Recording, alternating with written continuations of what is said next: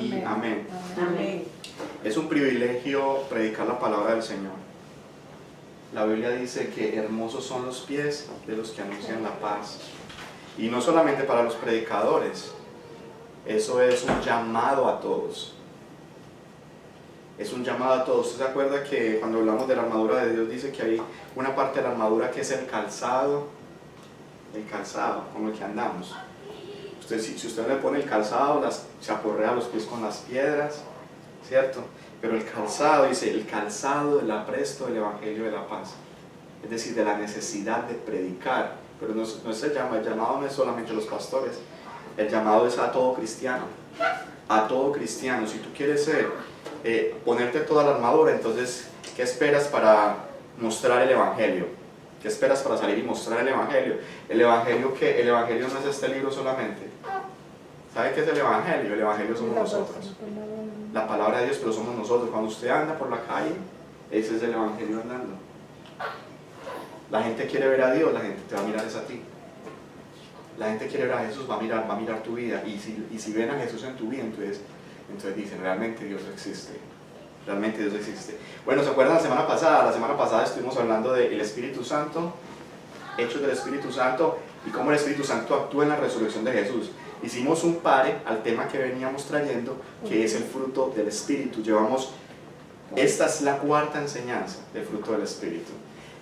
Como les dije desde la primera enseñanza, cuando yo leo los libros de teología y de diferentes enseñanzas que enseñan sobre este tema, yo veo el fruto del Espíritu así, pero cuando yo empecé a estudiarlo, yo mismo, en mi devocional personal, yo empecé a ver no eso, yo empecé a ver un montón de cosas en el fruto del Espíritu.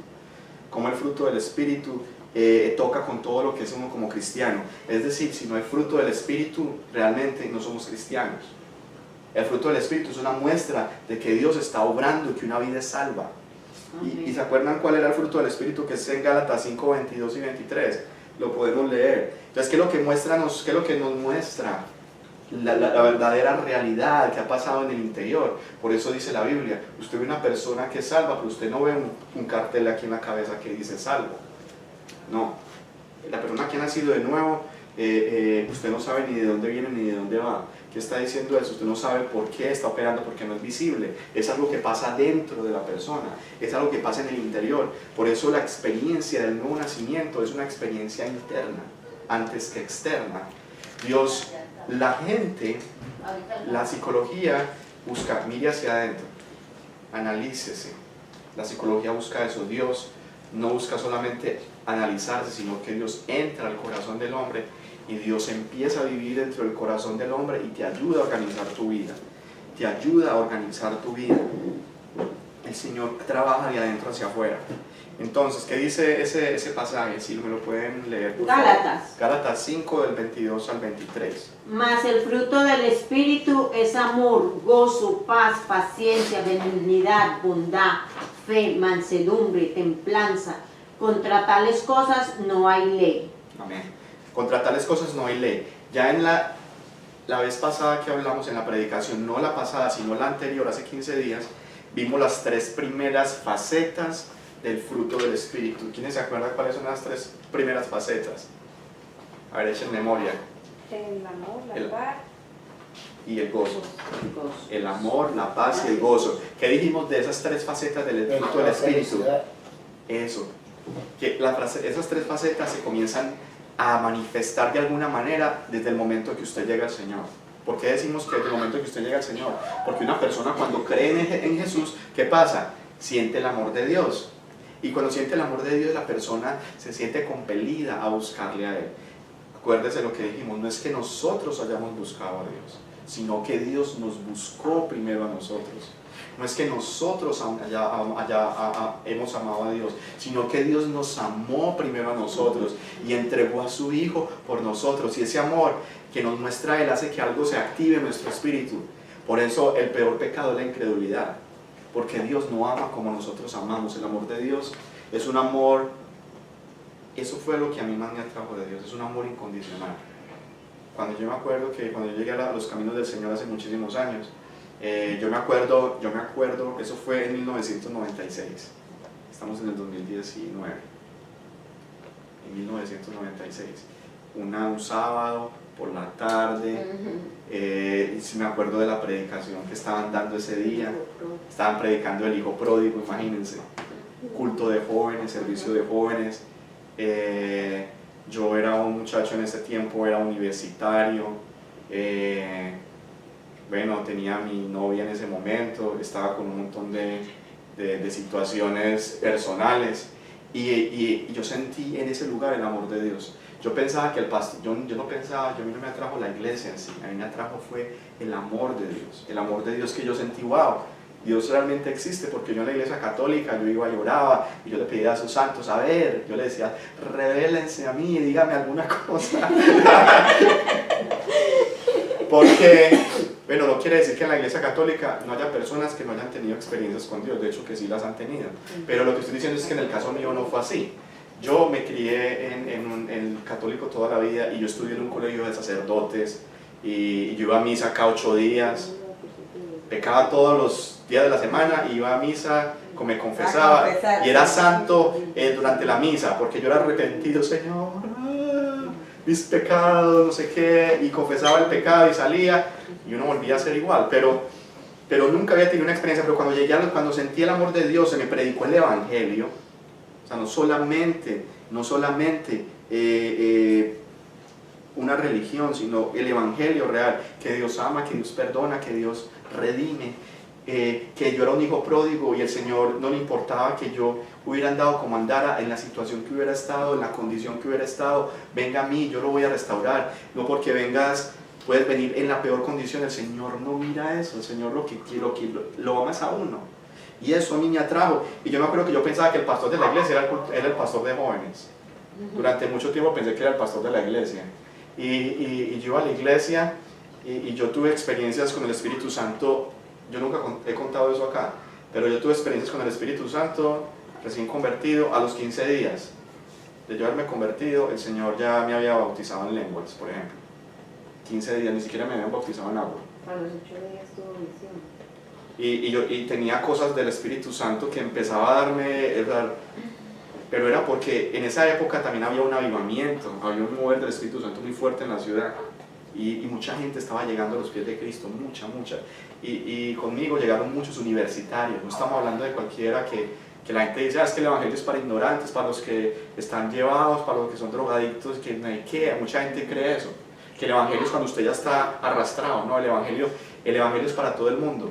Y yo era un muchacho normal, común y corriente, pero tenía las mismas necesidades que cualquier otra persona.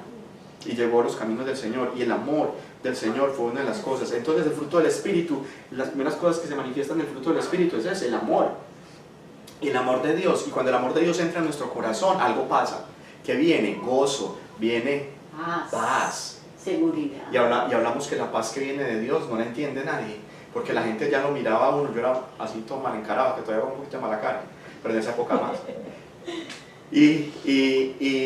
Y que, imagínate, entonces ya es que tu rostro te cambió. Si tu vida no está cambiando, bueno, hay que reevaluarse. Si usted sigue haciéndole mala cara a todo el mundo, con cara de pistola todo el día, entonces inmediatamente algo pasó en mi vida, algo pasó en mi vida, y ya mi hermana me decía, a usted le cambió como que la cara. Yo no sé qué le hicieron allá, le lavaron el cerebro, El bracito arriba. y yo empecé a leer la Biblia. Si ustedes, o sea, yo empecé a leer, yo leía la Biblia.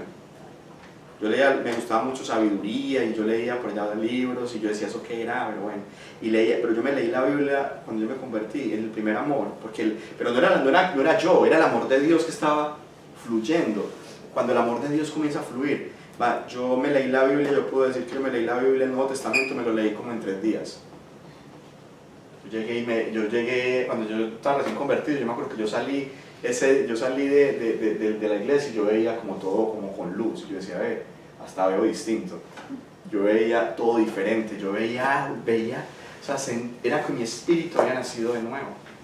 De modo que el que está en Cristo, nueva criatura. Eso, era algo, pero tú no lo puedes entender, tú no le puedes explicar. El nuevo nacimiento uno no se lo puede explicar. Por eso cuando Nicodemo le preguntó a Jesús, ¿qué debo hacer para alcanzar la vida eterna? Y Jesús le dijo, pues es necesario que nazcas de nuevo. Y Nicodemo, ¿cómo así? ¿Voy a entrar en el vientre de mi madre otra vez? ¿Cómo? Jesús le dijo, no, tienes que nacer del agua y del espíritu. Y Nicodemo, pero ¿cómo así? Pero tú siendo maestro de Israel, no entiendes estas cosas. Tú conociendo la escritura no entiendes estas cosas. Así que si ves que conocer mucha teología no te hace nacer de nuevo.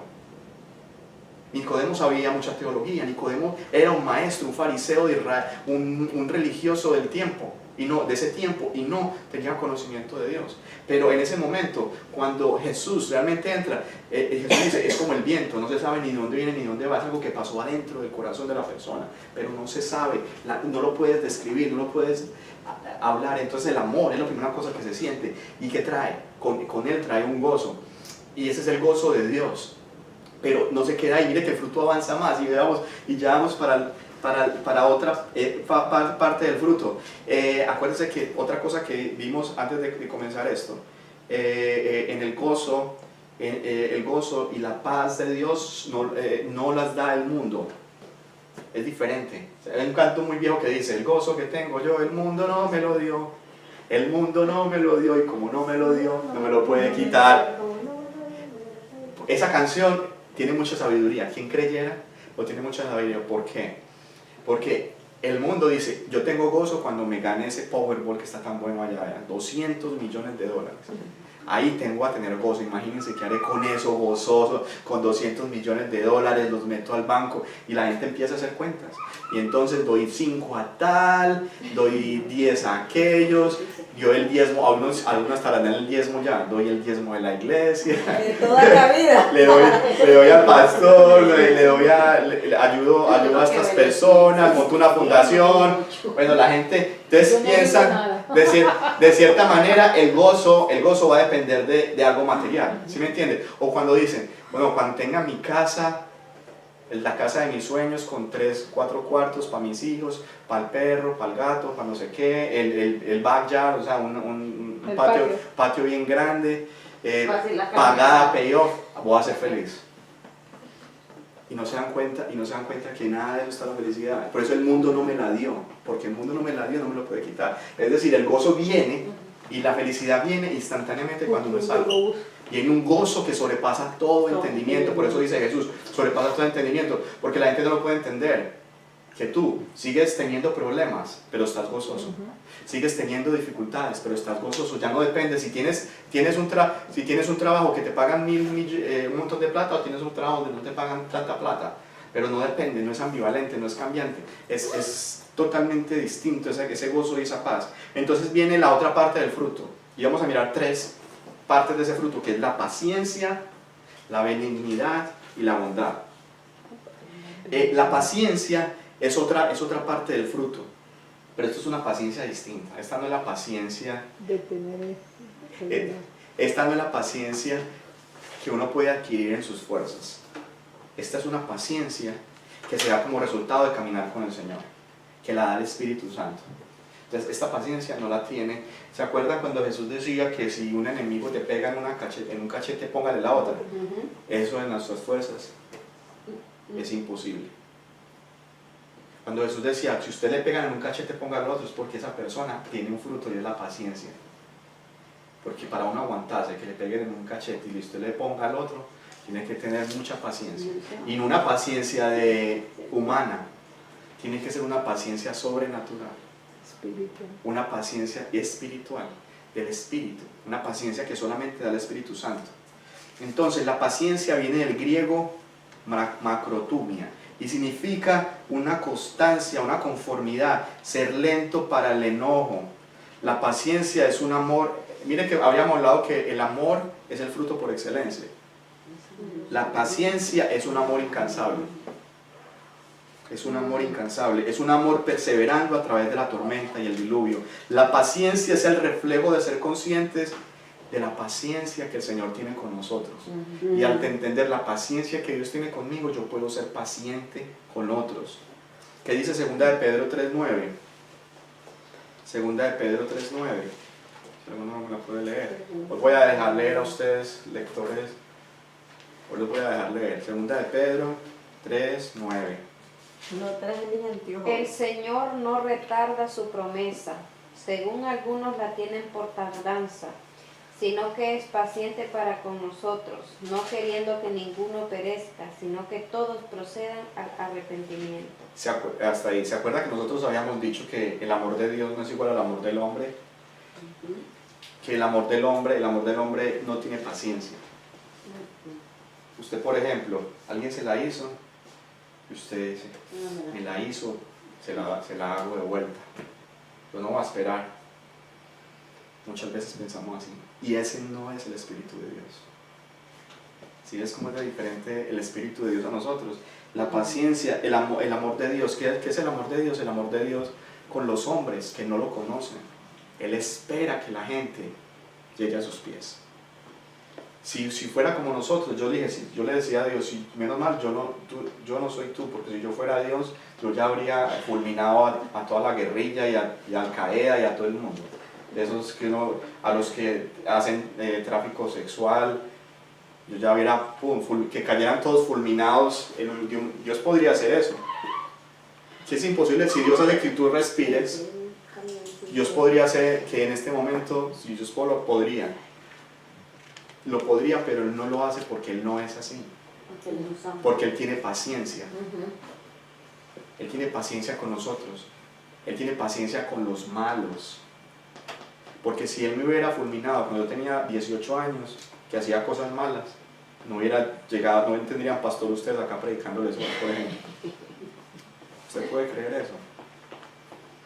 Es el poder de Dios, el amor de Dios y la paciencia de Dios que sobrepasan todo entendimiento, no lo podemos entender. El Salmo 86:15 nos dice que Dios es un Dios tardo para la ira, ¿cierto? Pero un Dios de gran misericordia. ¿Quién lo puede leer? 86:15. Sí. Mas tú, Señor Dios, misericordioso y clemente, lento para la ira y grande en misericordia y verdad. Sí, mire, hay muchas veces que usted dice, ay, ¿por qué esta persona tan mala y no le pasa nada? Es que Dios lo está teniendo paciencia con una persona. ¿Y estará guardando? Está teniendo paciencia, pero va a llegar un momento en que ya no sabemos hasta cuándo.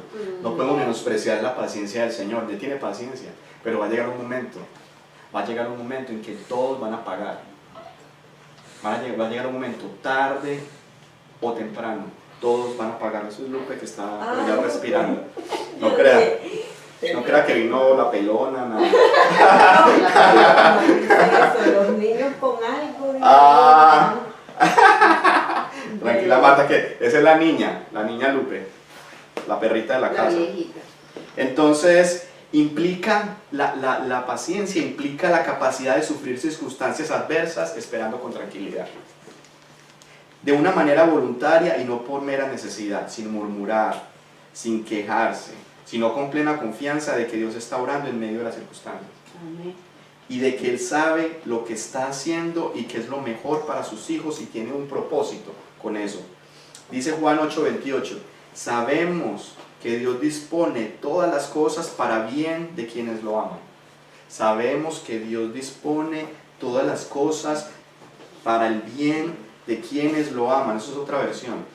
Juan 8:28, a los cuales les ha llamado de acuerdo con su propósito.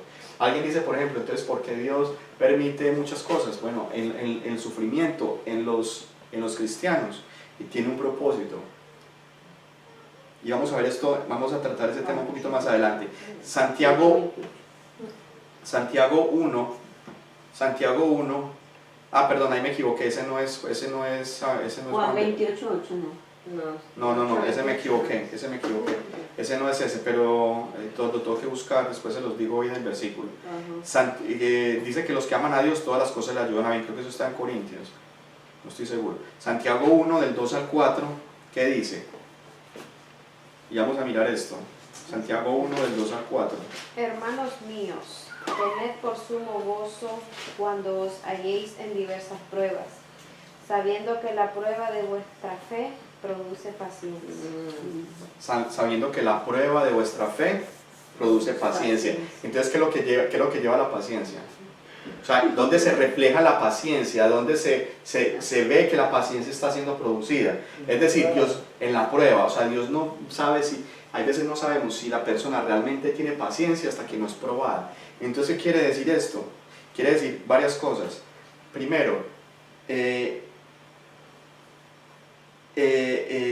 la paciencia, perdón, la prueba trae algo y es sufrimiento. ¿Cierto? Y es parte de la prueba. Entonces la pregunta ¿es la prueba algo que se debe evitar o algo malo? No. ¿Es la prueba algo que se debe evitar algo malo? Antes de responder, yo voy a aclarar dos cosas. A nadie le gusta sufrir. A nadie le gusta sufrir. Pero muchas veces las decisiones que tomamos en la vida es precisamente para evitar sufrimientos. Por ejemplo, a nadie le gusta sufrir. La mayoría de las decisiones que nosotros tomamos en la vida es para evitar sufrimientos. Por ejemplo, o ahorramos para la vejez, para una pensión, porque no queremos sufrir cuando estemos viejitos. Por ejemplo, cuidamos nuestra salud, porque no queremos sufrir de una enfermedad a otra. ¿Qué quiere decir eso? Que querer evitar muchas cosas malas en el futuro es sabiduría, es bueno.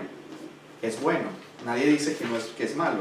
Proverbios 14:26. ¿Qué dice la Biblia? O sea, querer evitar el sufrimiento de alguna manera no es malo. Querer evitar, dice, el temor de Jehová está la fuente de confianza y esperanza. El temor de Jehová es manantial de vida para apartarse de los lazos de la muerte. Entonces, ¿qué dije ahí? Proverbios, ¿qué dije ahí? 14, 16. 26. Ah, 26. En el amor de Jehová está la fuerte confianza y esperanza también tendrá sus hijos. Sí, entonces, ese sería uno. Y la otra es Proverbios 27:12, que dice, el avisado, la sabiduría hace que uno tome decisiones antes para evitar el mal. Dice, el avisado ve el mal y se esconde, mas los simples pasan y llevan el daño. Es decir, cuando nosotros miramos, nosotros tomamos de pronto a medidas para evitar daños, eso es sabiduría, ¿cierto? Entonces, cuando decimos que tratar de evitar el sufrimiento es algo que está en nosotros, sí, es algo, pero muchas veces el cristiano tiene que pasar por pruebas, así haga cosas para evitar el sufrimiento, tiene que pasar por pruebas, es una necesidad. Y hay una diferencia entre la prueba que viene al cristiano y el juicio que viene al incrédulo. Es distinto cuando tú estás en prueba o cuando un incrédulo está en juicio. Es diferente. En el caso del cristiano, la prueba viene por una de dos cosas. ¿Por qué viene la prueba en nosotros? Primero, como resultado de la disciplina del Señor. Hay veces que como Dios te tiene a ti por hijo, Dios te tiene que disciplinar, ¿cierto? Entonces, por eso estoy hablando de la paciencia. ¿Por qué estoy hablando de la prueba? Y para hablar de la prueba, porque la prueba muestra que tú tienes paciencia. Solamente en la prueba se muestra la paciencia del gozo, se evidencia. Ya están ahí, de alguna manera el fruto ya se está produciendo, pero Dios quiere verlo y por eso muchas veces permite la prueba. Evitar la prueba es sabiduría, o sea, nosotros querer cuidarnos y cosas así, es sabiduría, ¿cierto? Es sabiduría hacerlo, porque si usted está avisado que usted trata de evitar el sufrimiento, pero no quiere decir que Dios no vaya a permitir que pasen sufrimientos en nuestras vidas. La prueba trae sufrimiento. ¿Quién quiere sufrir? Nadie quiere sufrir, pero hay veces Dios nos permite. Pero es distinto el sufrimiento del cristiano al sufrimiento del incrédulo. En el cristiano, cuando sufre, cuando Dios le permite sufrir, es prueba. Y en el incrédulo, cuando sufre, cuando Dios le permite sufrir, es juicio. ¿Sí ves la diferencia? Es diferente. Entonces, ¿qué pasa? En la primera, el cristiano sufre porque es el resultado de la disciplina o instrucción del Señor sobre sus hijos. En ocasiones esa prueba se da como porque el mismo creyente es seducido y atraído al pecado muchas veces, y porque tiene algún pecado que el Señor quiere ayudarle a dejar. Por eso lo poda. ¿Se acuerdan que dijimos en las primeras enseñanzas? El cristiano que lleva fruto, ¿qué pasa? ¿Qué pasa al cristiano que lleva fruto? Lo podan. Ese podar es disciplina. Ese podar es que Dios te permite pasar por prueba, para que tú seas para que tú seas probado. Por lo que Dios llega un momento en que por amor a ese hijo, para alejarlo de ese pecado, lo disciplina por medio de alguna prueba, cuya finalidad es producir un fruto apacible de justicia. Es decir, es como cuando el papá coge el rejo y le da una pela al niño y le dice, mira, yo te estoy dando esta pela porque te amo. Por eso cuando usted le da rejo al niño, hay que decirle, le da con la varita. La Biblia dice que corrijamos al niño con vara, con varita. Porque cuando, o sea, eso le va a evitar muchos daños en el futuro.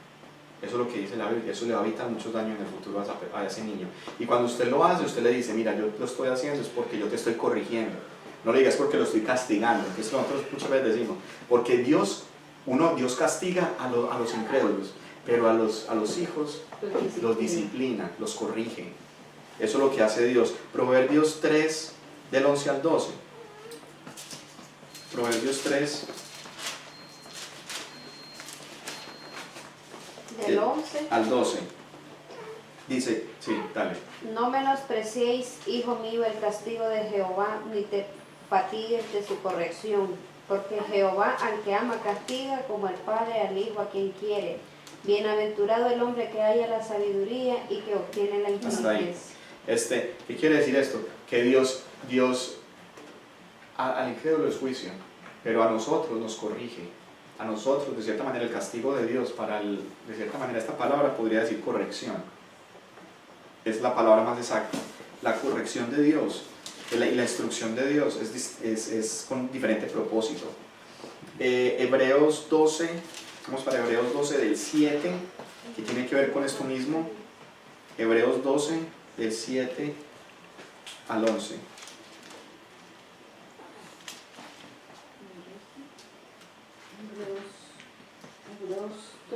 Hebreos 12 del 7 al 11. Por la fe, Noé, cuando fue advertido por Dios acerca de cosas que aún no se veían, con temor preparó el arca en que su casa se salvase. Y por esta fe condenó al mundo y fue hecho heredero de la justicia que viene por la fe. Por la fe. Espérate, no. No. Perdón. Es Hebreos 12. 7. Es Hebreos 12. Sí, soportar la disciplina. Dios Sí. os trata como a hijos, porque ¿qué hijo es aquel a quien el padre no disciplina? Pero si se os deja sin disciplina, de la cual todos han sido participantes, entonces sois bastardos y no hijos. Por otra parte tuvimos a nuestros padres terrenales que nos disciplinaban y los venerábamos. ¿Por qué no obedeceremos mucho mejor al Padre de los espíritus y viviremos? Y aquellos ciertamente por pocos días nos disciplinaban como a ellos les parecía, pero para lo que nos es provechoso, para que participemos de su santidad. Es verdad que ninguna disciplina al presente parece ser causa de gozo, sino de tristeza, pero después da fruto apacible de justicia a los que en ella han sido ejercitados. Sí, lo que dice ahí, dice en el versículo, en el 11, dice, es verdad que ninguna disciplina al presente parece ser causa de ¿qué? De gozo.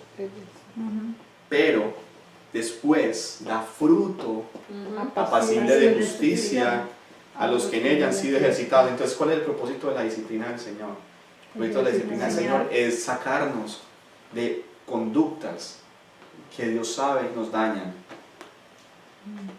Entonces Dios permite muchas veces una prueba y un problema, o permite una situación en la cual Él quiere ver si tú vas a actuar con paciencia.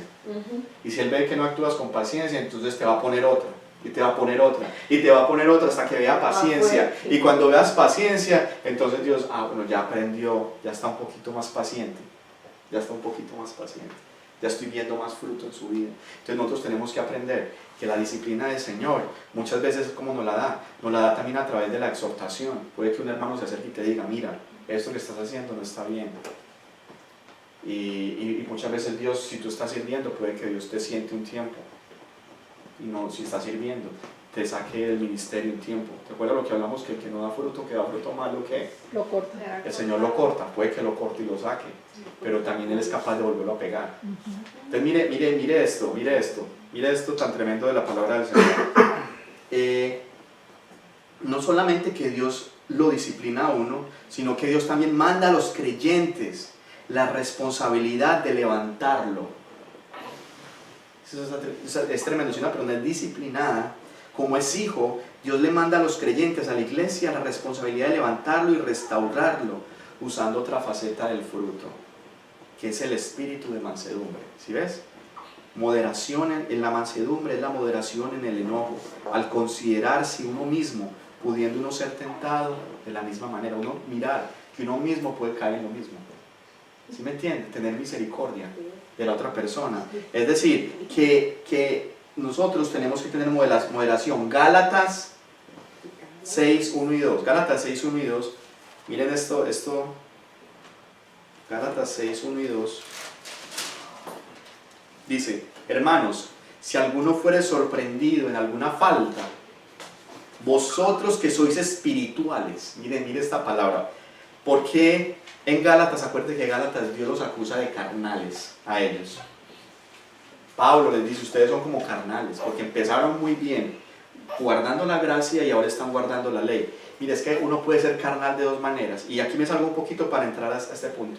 Uno puede ser carnal de dos maneras. Le voy a mostrar dos maneras que uno es carnal: por ser muy liberal, es decir, por andar en su carne, complaciendo su carne, sus deseos, o por ser muy legalista. Por ser muy legalista. Las dos personas, el legalista y el que es muy liberal en su carne, los dos son carnales. Le voy a decir por qué. El legalista dice: yo ando muy bien, yo soy bueno, yo ya soy bueno, yo ya soy santo, yo ya soy puro, yo ya no hago nada. Miren esos pecadores, se van para el infierno, se van a ir para el infierno. Usted se viste así, usted se unta esto, usted se unta lo otro, usted no sé qué, el legalista, usted tiene que poner esto de esta manera. Dios dice que se circuncide, ese la barba larga, ese los cholitos de aquí de judío, póngase la gorra acá arriba, póngase la cosa en la frente.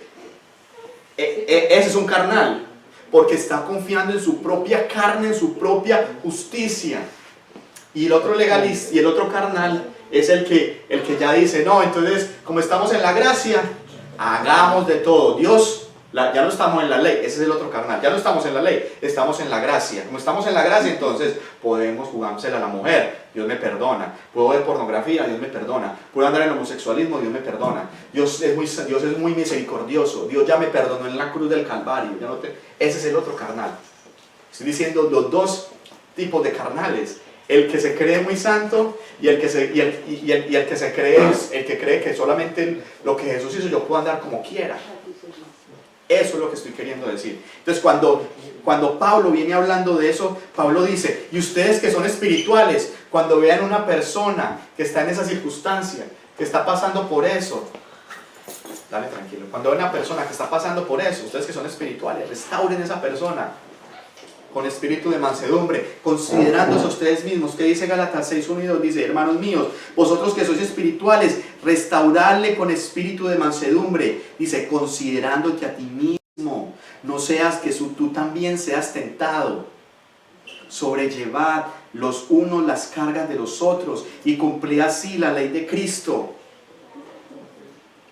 Porque el que cree ser algo, no siendo nada, así en sí mismo se engaña, ¿sabes?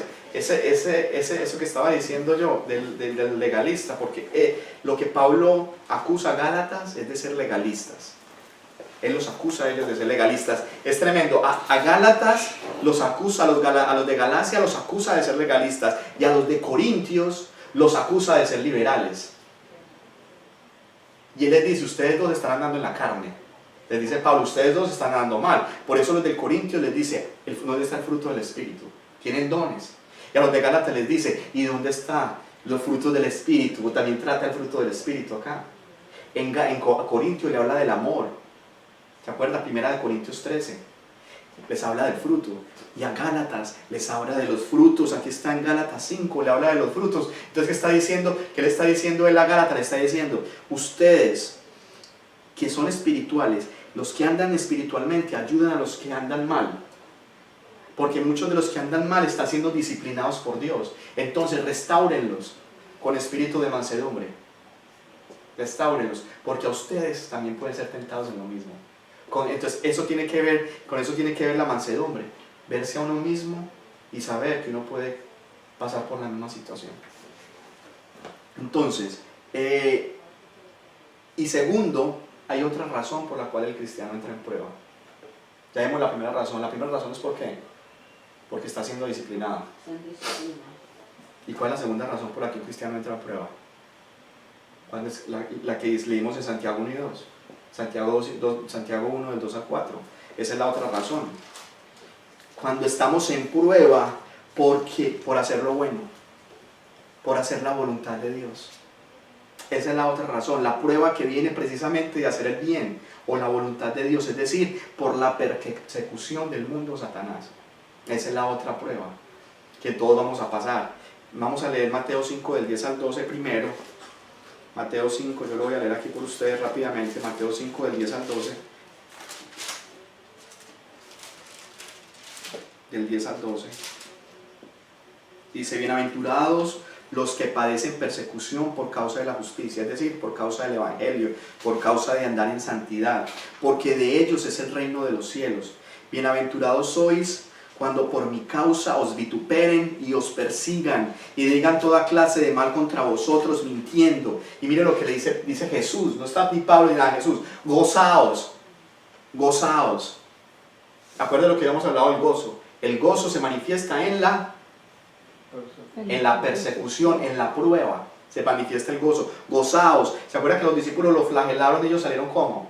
Gozosos de haber sufrido por la justicia. Dice: gozaos y alegraos, porque vuestro galardón es grande en los cielos, porque así persiguieron a los profetas que fueron antes de vosotros. ¿Sí ves cómo es de tremendo esto que estamos estudiando? Cómo la prueba para el cristiano es diferente. El cristiano es probado por disciplina o es probado por como consecuencia de hacer lo bueno. Muchas veces Dios nos permite pasar por pruebas. Por la misión de ellos. Por la misión de nosotros. De nosotros. Y estamos hablando con ustedes: eres tú. Eres tú. Soy yo. Uno cree que, eso era Pablo. No. Eres tú. ¿Cuánto estás sufriendo por el Señor? Todos quieren lo bueno del Evangelio. Mira, el Evangelio de la prosperidad es que todo es bueno, que el Evangelio es color de rosa y que todos estamos aquí caminando sobre las nubes, que ya no nos duele nada, que ya yo creo que hasta no tiene ningún tipo de sufrimiento. Es el Evangelio de la prosperidad. Si usted está sufriendo, está en pecado. ¿Quién sabe qué pecado tienes ahí? ¿Se acuerda de los amigos de Job? Ajá. Los amigos de Job le decían: Job estaba sufriendo. ¿Se acuerda que Job estaba sufriendo? ¿Por qué estaba sufriendo Job? Porque le contestaba todo. Dice la Biblia: porque Dios permitió una prueba para ver algo en Job. ¿Qué quería ver? La paciencia. Por eso dicen que hay que tener la paciencia de Job. Del santo Job.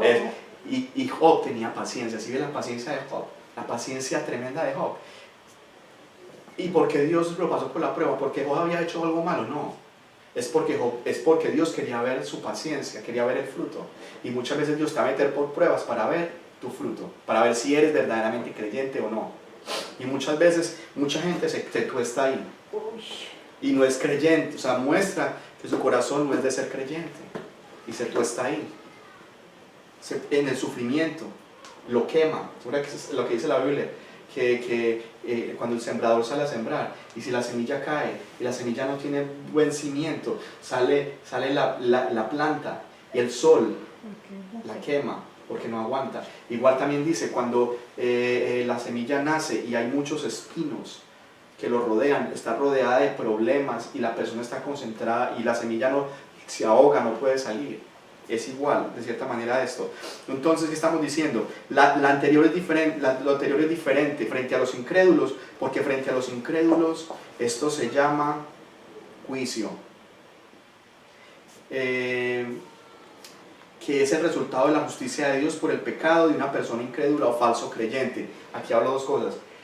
Dentro de los incrédulos también yo incluyo a los falsos creyentes. Y esto es algo importante. ¿Por qué? Porque hay personas que están en la iglesia, pero con el tiempo demuestran que no son creyentes, que no son cristianos, y están dentro de la iglesia.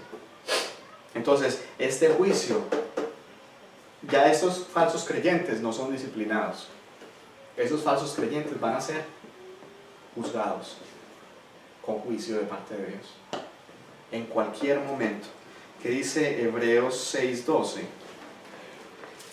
Ese es el falso creyente, el que está en la iglesia, el que viene a la iglesia, pero realmente no quiere cambiar su corazón, es una religión, viene ahí por venir, sí, no quiere ser transformado, no quiere entregarle su corazón al Señor, es un corazón duro, orgulloso frente a Dios. Entonces, ese creyente, Hebreos 6:12. sí, Hebreos 6:12. A fin de que no os hagáis perezosos, sino imitadores de aquellos que por la fe y la paciencia heredan las promesas. ¿No? Ese es ese. Ese es 6:12, sí. 6:12, a fin de que os hagáis perezosos. No os hagáis perezosos. Ah, sí. A fin de que hagáis perezosos, sino imitadores de aquel que por la... Bueno, esto es otra cosa. Que por la fe y la Sí, sí, no, yo me paciencia equivoqué. heredarán las promesas. Yo me equivoqué. En este caso, eso es otra cosa que lo que iba a decir por un momentico.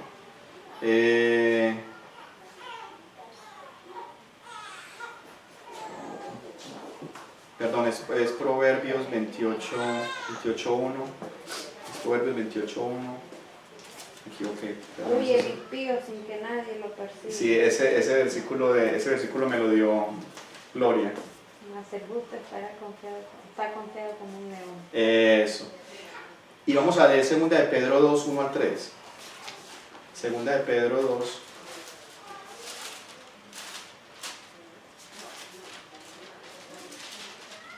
Segunda de Pedro 2. Sí. Dice, pero hubo también falsos profetas entre el pueblo. Estamos hablando de personas que están dentro de la iglesia y son falsos profetas. Como también habrá entre vosotros falsos maestros, que introducirán encubiertamente herejías destructoras y aún negarán al Señor que los rescató, atrayendo sobre ellos mismos, ¿qué dice? Sí, vale, tranquilo. Atrayendo sobre ellos mismos, ¿qué? ¿Qué atraen sobre ellos mismos? Dice, destrucción repentina. ¿Qué es destrucción repentina? Juicio. Juicio.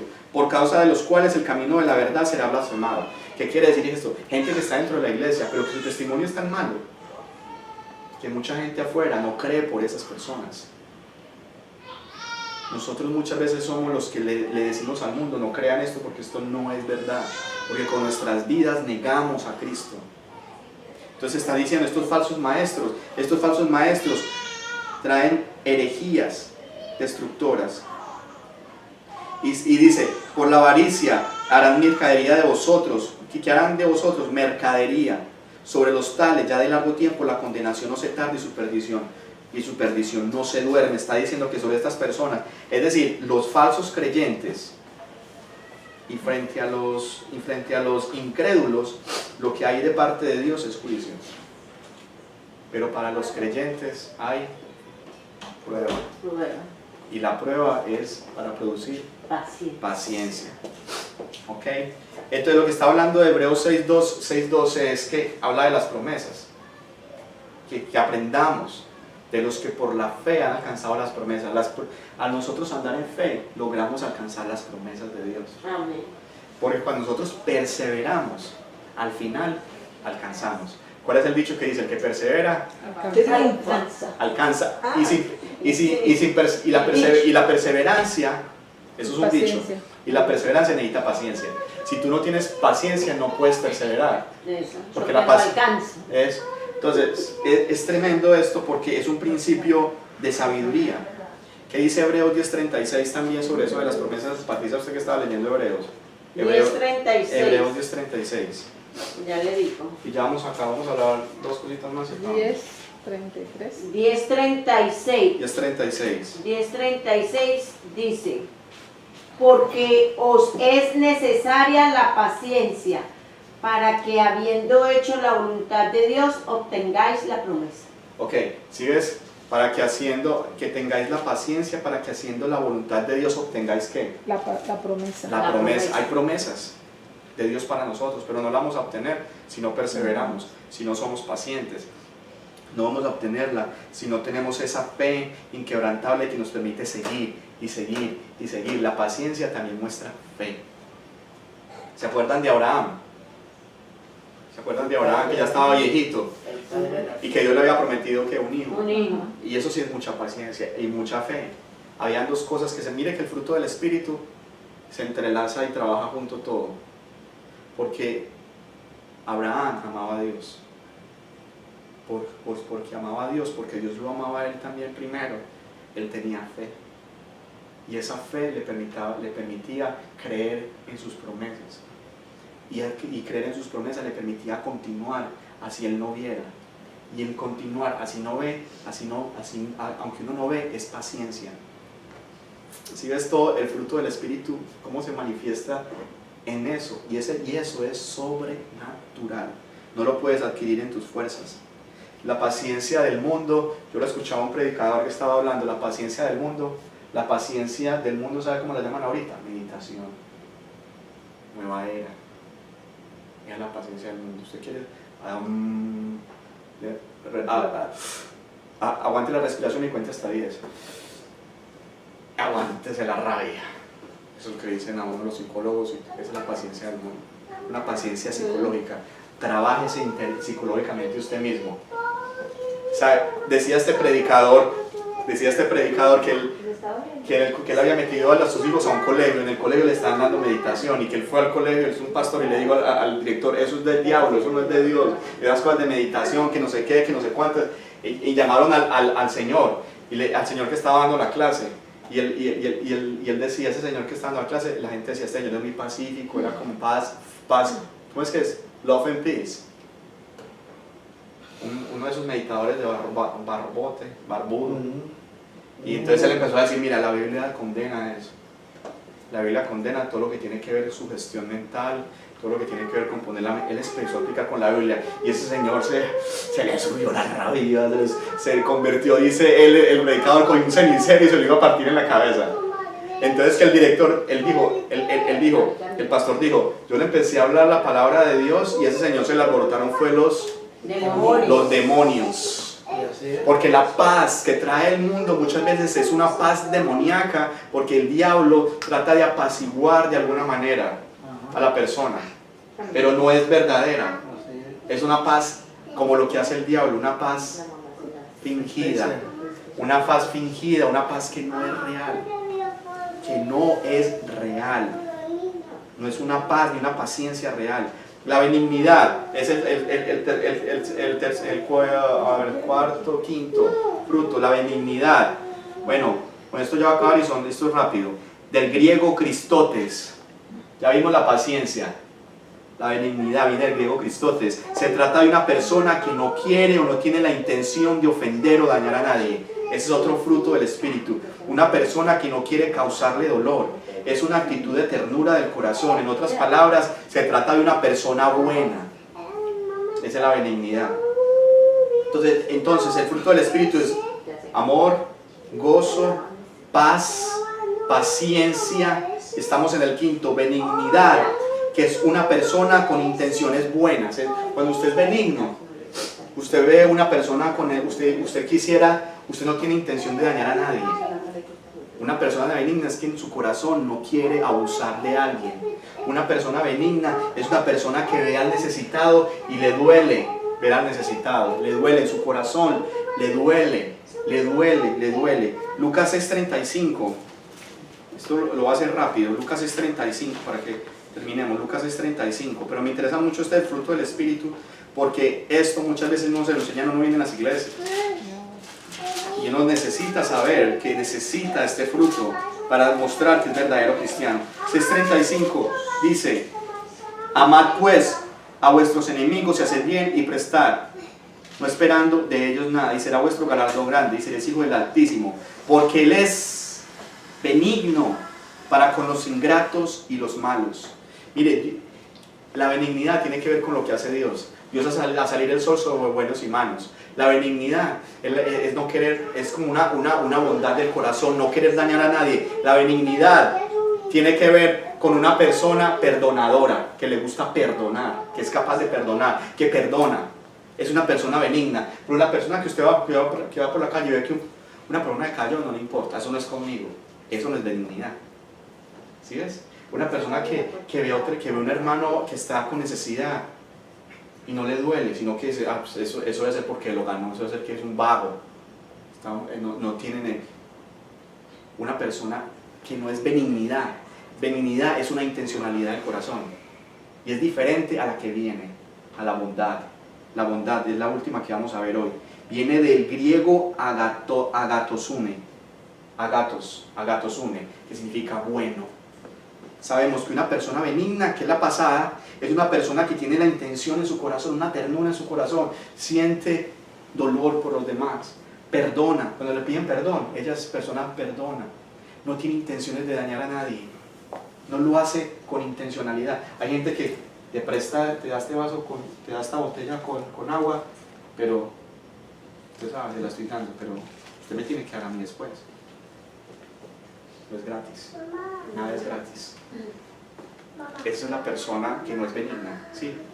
Siempre tiene una doble intención. Hace porque es que yo espero que, o porque yo te hice me tienes que dar, o yo hice algo por ti y tú me lo debes. Es una persona que no es benigna, no piensa así, que no es benigna, piensa así. La benignidad es una bondad del corazón que solamente produce el Espíritu Santo. Pero entonces es una intencionalidad del corazón. No vamos para la bondad. La bondad es la benignidad en acción. Hay personas que les duele, que se sienten mal porque una persona está mal, pero no hacen nada. Es benigna, pero no es bondadosa. Es diferente. La persona benigna, bondadosa, viene del griego gatosune. Vamos a leer Efesios 5:9. Es una de las que nos muestra Efesios 5:9. Efesios 5:9 dice: porque el fruto del Espíritu es en toda bondad, justicia y verdad. Esta bondad, miren que son dos palabras distintas. La otra es Christotes, que es benignidad, significa un corazón bueno. Pero la otra es agatosune, que es una persona que hace justicia, que desea hacer justicia, que odia lo malo. Es acción. Se trata de la benignidad llevada a la acción, con actos de amabilidad, con actos de gentileza. En otras palabras, la bondad es el amor en acción. La bondad es el amor en acción. La bondad es el amor a la acción. Por ejemplo, ayudando a los demás en sus necesidades. El bondadoso, el benigno, no solamente se siente mal del que está mal, sino que coge, saca de su nevera y le lleva. El bondadoso es la persona que no está solamente consciente que su hermano no tiene trabajo, sino que va y llama y le averigua, a ver, le consigue y le trae y le ayuda. Y esa persona es buena, bondadosa. Es la benignidad obrando en acción. Y se trata de una persona que hace obras de misericordia, procurando con hechos el bienestar del prójimo. Un ejemplo, Jesús lo dio, un ejemplo de una persona bondadosa. Y mire, tremendo este ejemplo. Porque hay mucha gente, por ejemplo, el religioso es benigno, pero muchas veces no es bondadoso. Y lo vamos a ver en este ejemplo. Lucas 10, del 25 al 37. Lucas 10, del 25 al 37, vemos varios ejemplos de personas que son, digamos, de alguna manera benignas, pero no son bondadosas. Y Jesús lo dio, es un ejemplo dado porque eso es una parábola. Aquí lo voy a leer rápido. Y es muy importa que esto lo tengamos claro porque esta palabra es tan preciosa. He aquí, dice: he aquí que un intérprete de la ley se levantó y le dijo para probarle. Un intérprete, un maestro, estamos hablando de un religioso judío. Se levantó para preguntarle a Jesús. ¿Pero para qué? No era para probarlo, era como para cogerlo en algo malo. A ver este qué va a decir. Dice: ¿haciendo qué cosa heredaré la vida eterna? Él le dijo: ¿qué está escrito en la ley? ¿Cómo lees? Le dijo Jesús. Entonces aquel hombre respondió y dijo: amarás al Señor tu Dios con todo tu corazón y con toda tu alma y con todas tus fuerzas. Paro ahí. ¿Ese qué mandamiento es? El primer mandamiento. El primer mandamiento de la Biblia.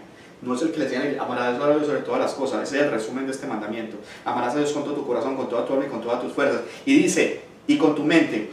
Y dice también este hombre religioso, y a tu prójimo como a ti mismo. Y le dijo, bien has dicho, haz esto y vivirás. Le dice Jesús. Jesús les decía a los religiosos, hagan todo lo que ellos dicen, pero no vivan como ellos viven.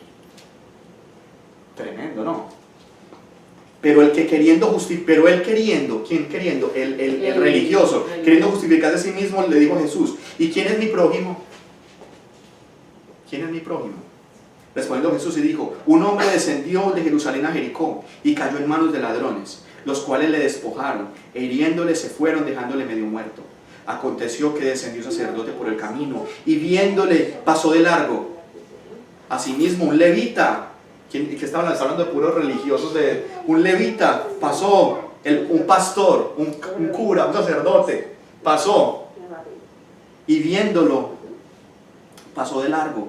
Pero un samaritano que iba de camino, ¿se acuerdan quiénes eran los samaritanos para los judíos? ¿Quiénes eran los samaritanos? ¿Quién se acuerda? Era una persona cualquiera, era una persona baja, era una persona que era lo peor para ellos. Ellos ni siquiera se juntaban con samaritanos, los judíos. Y Jesús les pone el ejemplo. Y un samaritano iba por el camino, vino a él, al que le pegaron los ladrones y lo dejaron tirado casi muerto, y viéndole dice, ¿qué dice? Fue movido a misericordia, y acercándose, vendó sus heridas, le echó aceite y vino,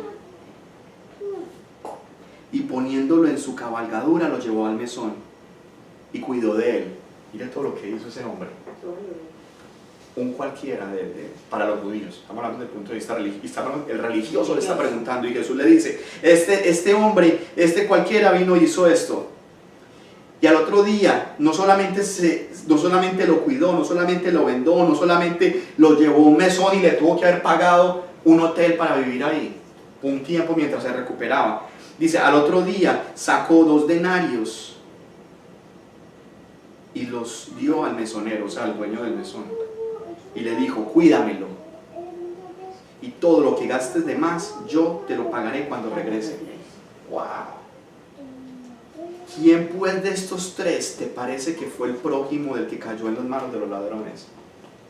Y dice el religioso, el que usó de misericordia con él. Entonces Jesús le dijo, ve tú y haz lo mismo. Esa es la bondad que Dios... Y mire la pregunta, ¿cómo haré para heredar la vida eterna? Acuérdese que los que son creyentes no son los que dicen que son creyentes, sino los que tienen fruto. Esos son los verdaderos creyentes, los que tienen fruto. No son los que hablan de bocas para afuera, no los que dicen. Entonces, con eso termino. La bondad como fruto del Espíritu no se queda en las buenas intenciones, sino que actúa impulsada por el deseo de hacer bien al prójimo, que es esa imagen de Dios, por lo que no hace acepción de persona. Es una de las cosas que le criticaba Pablo a la iglesia, que muchas veces en la iglesia llega una persona con vestidos como el de dinero y decía Santiago, y a ese que tiene dinero ustedes lo tratan y le dicen, venga, siéntase en la primera silla, pero llega un pobre zarrapastroso y lo sientan por allá atrás. Es esa bondad que no hace acepción de personas. Mire que el que ayudó a ese hombre, ¿quién fue? Un samaritano. Que estaba diciéndole a Jesús, los samaritanos van delante de ustedes para el reino de Dios. Los pecadores, algunos pecadores que tienen un corazón bondadoso, van delante de ustedes, religiosos, delante de ustedes para el reino de Dios. Ellos van a ser incluidos y ustedes van a ser excluidos. Eso es tremendo, toda esa revelación que dice ahí.